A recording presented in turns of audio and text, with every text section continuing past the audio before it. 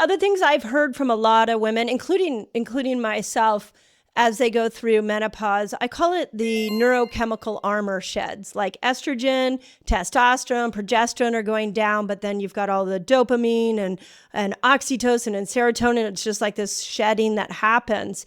And a lot of women start to have memories of sexual trauma. And I have heard this over, and I'll just use myself as an example. I had a memory this year that my brain had completely blocked out, where I was actually raped by a frat boy in college. And I didn't remember it until I slowed down. I've been doing a lot of work on myself, and all of a sudden this, like, literally this memory came back in all the detail, a little bit like The Tell, if you've read that book, The Tell. And it was like, whoa, what do I do with this? And I started to talk to my husband about it. I talked to other women about it. And I am not joking, Emily, one by one, women came to me and they're like, me too. I didn't realize it until I got into my postmenopausal years, until things shifted. And all of a sudden I started to remember, or like in my case, I thought it was my fault. I was drunk. And I was like, of course I shouldn't have been in that guy's room. What was I thinking? But then when I actually remembered the details, I was like, that wasn't okay. Whether I was drunk, being drunk wasn't an excuse. So what do you do? What do women do to get that sensation of wanting to have sex again if they are remembering a trauma like that? Yeah. Thank you for sharing that, Mindy, because it is so, so common. And I think it's because, to your point, you slowed down. You gave yourself time in perimenopause at this stage of life to really slow down and be safe in our bodies. Most of us have been running. I mean, I have a similar remembering, not around sexual assault, but just around just a lot of things now that I've slowed down. It's like, oh, I've been in fight or flight for my entire life. Yep. I've had to make it like a man, work like a man. Been working since I was 13, getting it done. I think that women we go. And then finally we're like, wait, I want to slow down. So there's a knowing that comes up. So at first, the thing is having self-compassion for ourselves and just realizing, like, honestly, feeling the feelings, letting it move through you, crying, talking to people, sharing it, seeing a trusted therapist. For me, somatic therapy and EMDR, trauma therapy has been really... EMDR therapy has been a game changer for me. Me too. So I love EMDR therapy, and people, if they want to find a EMDR therapist, it's like emdria.org, emdria.org. It's basically you're rewiring the neural pathways in your brain to not be to have a lesser reaction to whatever trauma you had.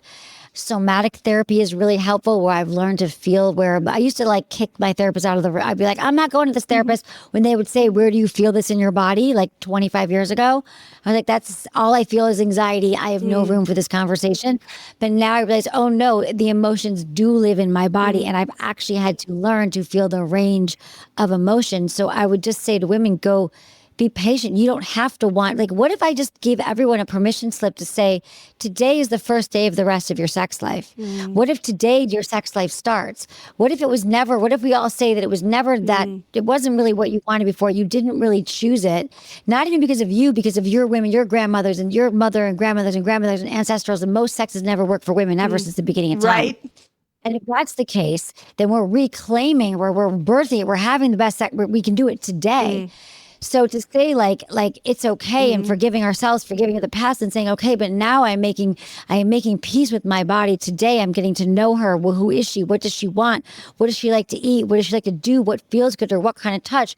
So that's why I love like a somatic, like I do exercise with couples where I'm like, let's just slow down for a minute and see, like, when you close your eyes and you take your right hand and rub your left elbow or your hand, like say, like if you take my right hand and you rub it around your inner left hand, like the inner palm, and you think, oh, what is it actually? I'm giving myself touch. What does it feel like? I literally slow down. I think, what does it feel like to touch my hand? And you realize I have a lot of sensitivities. Yeah. And then I ask people to say, is it more sensitive on your palm or the tips of your fingers? And I'm saying we're going to we're going to go slow here, and I'm going to learn to rebuild my ability to feel things in my body. My body was very...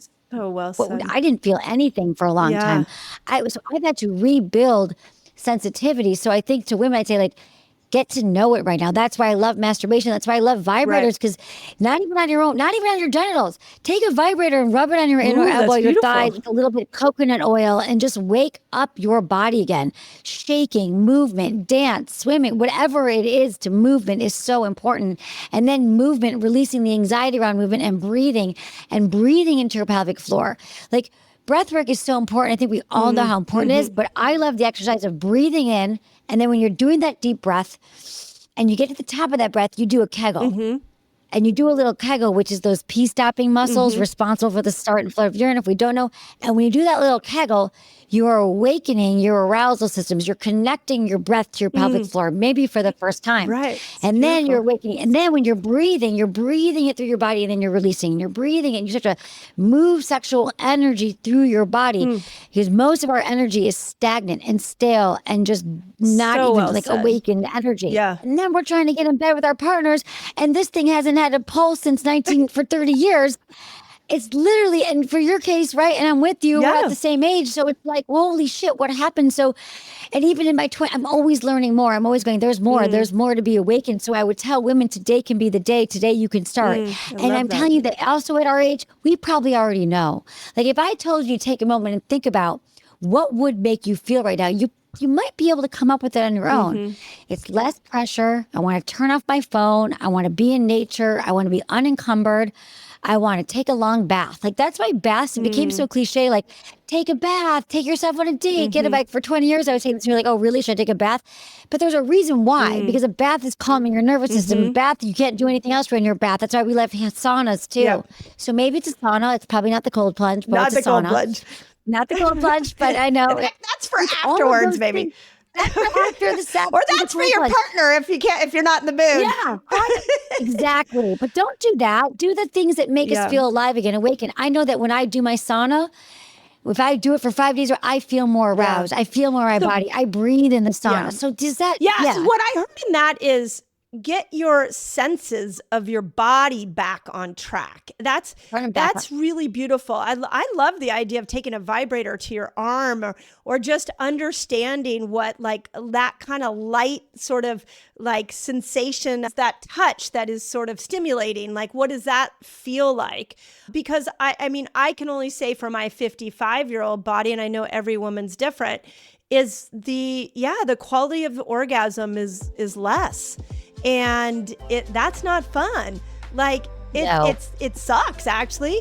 And I don't know if what we need to do to bring that sensation back. So I like this idea of getting you're anchored into the sensuality of your body.